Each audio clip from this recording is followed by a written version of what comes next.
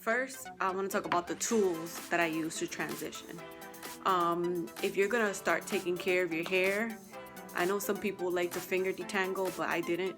I would invest in one of these, a wide tooth comb,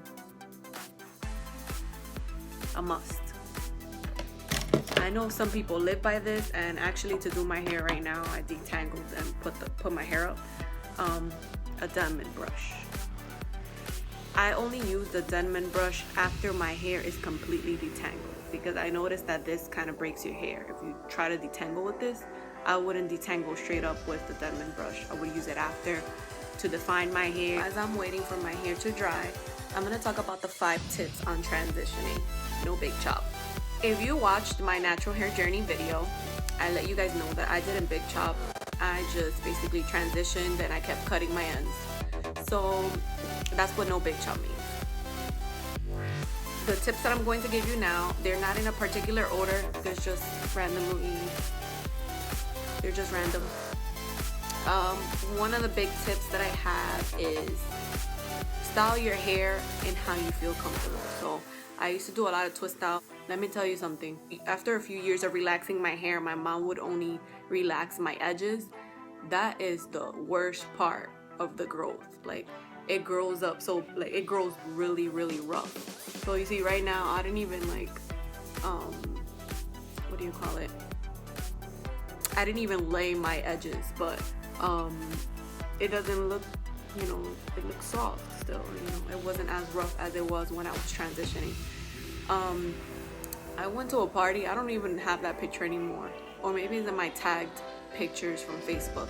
I went to a party in college and my edges, my roots looked so bad. Like, my hair was straight and then my roots were like poof, like.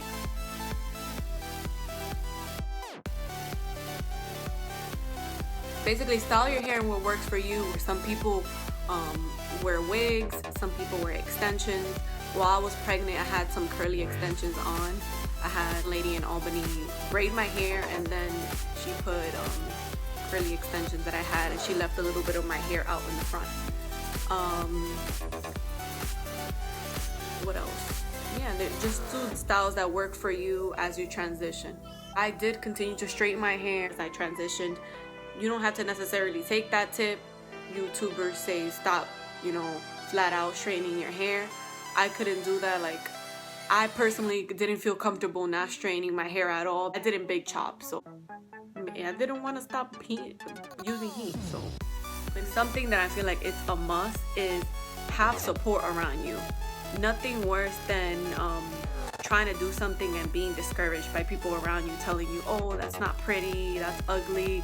Or I had a lot of family members not like my natural hair texture, so they'll be like, oh, you know, oh, you're wearing an afro, like, oh, why are you wearing your hair like that? So it's very important to surround yourself around people that either have the goal of where you want to be, or just, you know, following them on social media. This is important so that you won't give up, because it's really easy when everyone around you is telling you, you know, that it's not pretty or that they don't like it.